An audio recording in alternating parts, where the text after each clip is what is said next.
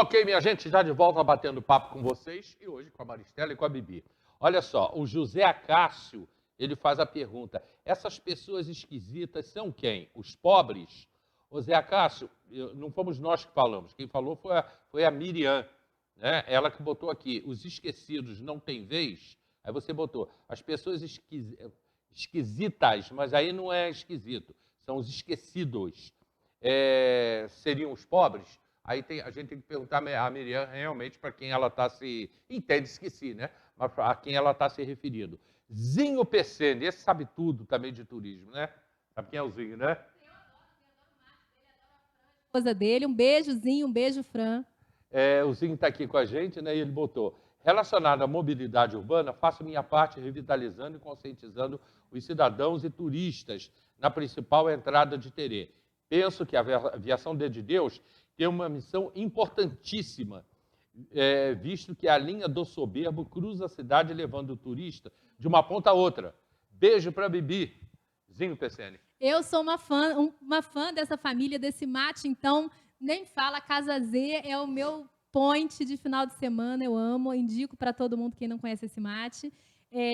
Acho também, a gente tem uma preocupação grande com isso, a nossa ideia aqui na frente, quem sabe uma jardineira, a nossa ideia aqui na frente, realmente a gente consiga respirar a ponto de conseguir fazer aquilo que a gente imagina. Nossa missão é transportar, a gente é muito antenado nisso, né? É claro que a gente está passando por um momento difícil, o transporte no Brasil está passando por um momento caótico. Ontem, Cantagalo, gente, Cantagalo, a empresa já expirou lá a licitação e eles, pela terceira vez seguida, não teve uma empresa para cobrir o Cantagalo. O prefeito teve que pedir, pelo amor de Deus, para a empresa que já terminou, que não tem mais interesse em fazer o serviço, continuar até o próximo ano, até que eles abram um novo processo licitatório para ver se alguém quer pegar o serviço. O que isso quer dizer, gente?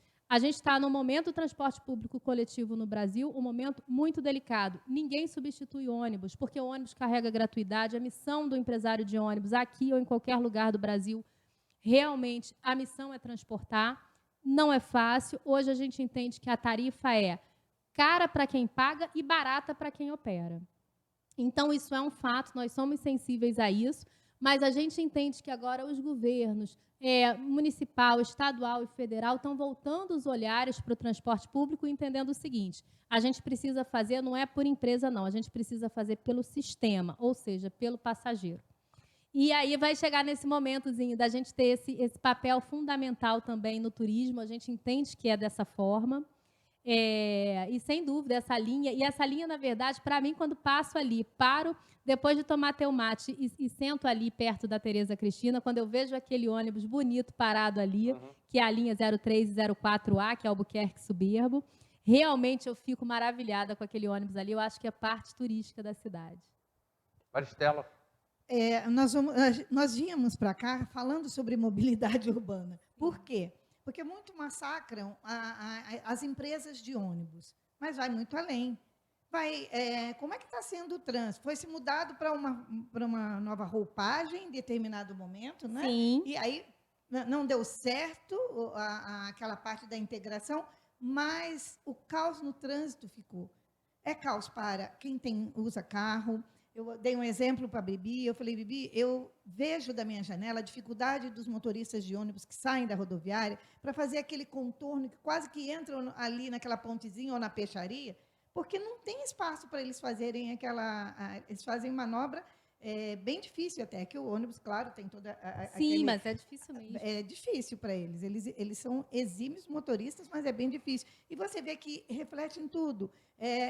Aí eu puxo para o meu lado, nas emoções, quantas pessoas estão irritadíssimas no trânsito. Mas é por causa do transporte urbano? Tem que se pensar que a gente tem aí todo um desenho da cidade que foi feito para integração e não mudou. Parou-se a integração, mas esse desenho de rua, mão aqui, mão ali, faz esse retorno, não faz. Muitos carros na rua. A gente tem um ganho, que são mais 2 atacadões abrindo aí, é maravilhoso para emprego, para a cidade, mas o que isso vai impactar na mobilidade urbana diretamente? Quando o segundo atacadão abrir, eu tenho certeza que esse trânsito vai parar. Aí a gente já tem um outro problema para acontecer no futuro. O supermercado Gucci vai abrir um enorme de um supermercado, está em obras, sem dúvida, na rua São Pedro e na rua Pache de Faria. Também vai impactar o trânsito. sem dúvida. Então, isso tudo é mobilidade, né? Eu vejo muito, não só pela minha amizade com a Bibi, mas eu falo para ela, amiga, como é que você aguenta esse massacre falando de mobilidade urbana focado no transporte? No transporte. E que não é, a mobilidade urbana é um todo. E a gente entende até que a mobilidade, na verdade, privilegia o pedestre, aquele que anda a pé e que precisa se deslocar de forma melhor. Aliás, agora não falando de ônibus, mas de mobilidade, a cidade que melhor tem essa questão da mobilidade é onde você consegue se locomover de um ponto ao outro, inclusive a pé.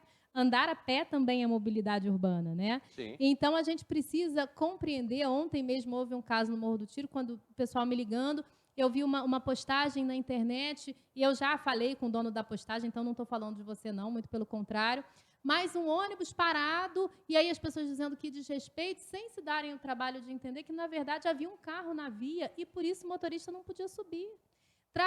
Dirigir um ônibus não é a mesma coisa que dirigir um carro de passeio. E aí, realmente, o carro saiu e o supervisor precisa chegar lá para autorizar. E tem ruas aqui em Teresópolis, principalmente em alguns morros, em que o ônibus para e não consegue voltar de marcha ré. Ele, inclusive, hoje, justamente em função disso, o supervisor ele precisa chegar até o carro e falar o seguinte para o motorista, pode subir.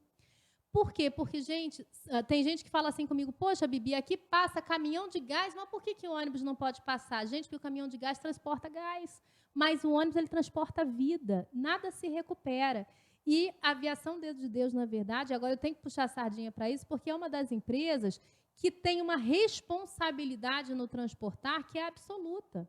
Então, assim, ela não expõe a vida do passageiro a risco de nenhuma maneira. Então, é por isso que o supervisor precisa chegar para autorizar a passagem do carro. Mas, voltando aí à nossa história da mobilidade, quanto não está sendo impactado por aquele carro que para de qualquer maneira? E aí, ao invés da gente falar só do transporte público urbano, a gente tem que também, às vezes, parar e falar para o vizinho assim, não pode parar aqui, porque senão vai atrapalhar a comunidade como um todo. Então, assim, a gente precisa realmente, que eu acredito que o planejamento de mobilidade urbana precisa sair até ano que vem, né? Isso é lei. E a gente acredita que a gente vai ter aí um novo momento de nova roupagem para a cidade. Tem que sair o ano que vem? Tem que sair até o ano que vem. Tem que sair. Né? Isso é uma ordem federal. E aí, quando a gente pensa nisso, a gente pensa que um planejamento de mobilidade urbana vai estar sendo feito não só para Teresópolis, mas para todas as cidades que têm até 200 mil habitantes. E que realmente a gente vai passar por movimentos grandes, talvez retirada de estacionamentos do centro da cidade, enfim, eu não sei, tá, gente? Isso é o que a gente está pensando aqui para ter uma cidade que, na verdade, antes tinha 50 mil habitantes, hoje tem 200 mil. Antes tinha 50 mil carros, hoje tem 120 mil carros registrados no Detran. E como é que a gente faz com isso? A cidade Fora cresceu. os que não estão registrados, Fora que não isso. constam lá, né? E tem mais, Hélio. Eu acompanhei uma pessoa, que cerca de alguns meses atrás, da área de turismo, estudante de turismo, e que veio visitar a nossa cidade. E que, para fazer um trabalho, ela começou a tirar fotos dos acessos a pessoas com deficiência na calçada, dos cadeirantes. É um caos. Se você fizer, se o diário colocar uma pessoa para fazer só isso, só sair fotografando, vocês vão ver o caos que é. Isso é mobilidade também. Eu tenho que dar acesso ao cidadão.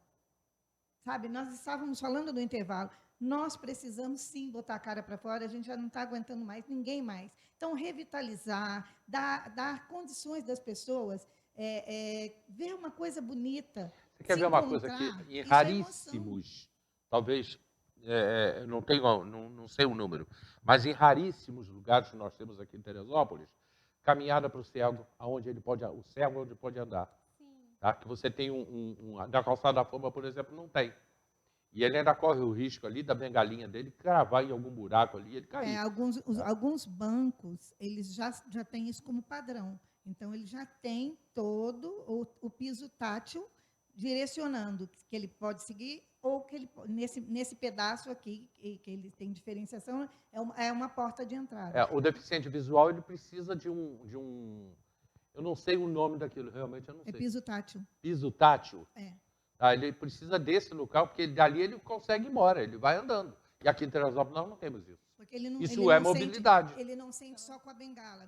Não são todos os deficientes que usam bengala, eles sentem com os pés. Por isso que ele tem um formato mais compridinho, mais de bolinha, porque eles sentem com o calçado também. entendeu? Olha, a Miriam falou aqui sobre, quando ela botou aqui esquisito, e ela disse que fomos nós é que falamos que na Calçada da Fama a gente às vezes encontra pessoas esquisitas. Não sei quem foi que falou. Não, fui eu que falei, não falei nesse sentido, não. O que eu falei, na verdade, é sobre a insegurança depois de passar ali, depois das 18 horas. Então, na verdade, você imagina, Miriam, você mulher passando ali, tem os meninos ali que você não sabe o que estão fazendo especificamente. Então, o que eu quis dizer, na realidade, foi com relação à insegurança que a Calçada da Fama proporciona hoje. Talvez iluminação, talvez realmente, assim, encampando aquele local depois das 18 Mas há horas. 2 ou 3 meses atrás, nós tivemos 2 meninos, um casal, né? Aham. Um menino e uma menina transando na Praça Olímpica. Exatamente. Que fica a 50 metros da Sim. Calçada da Fama.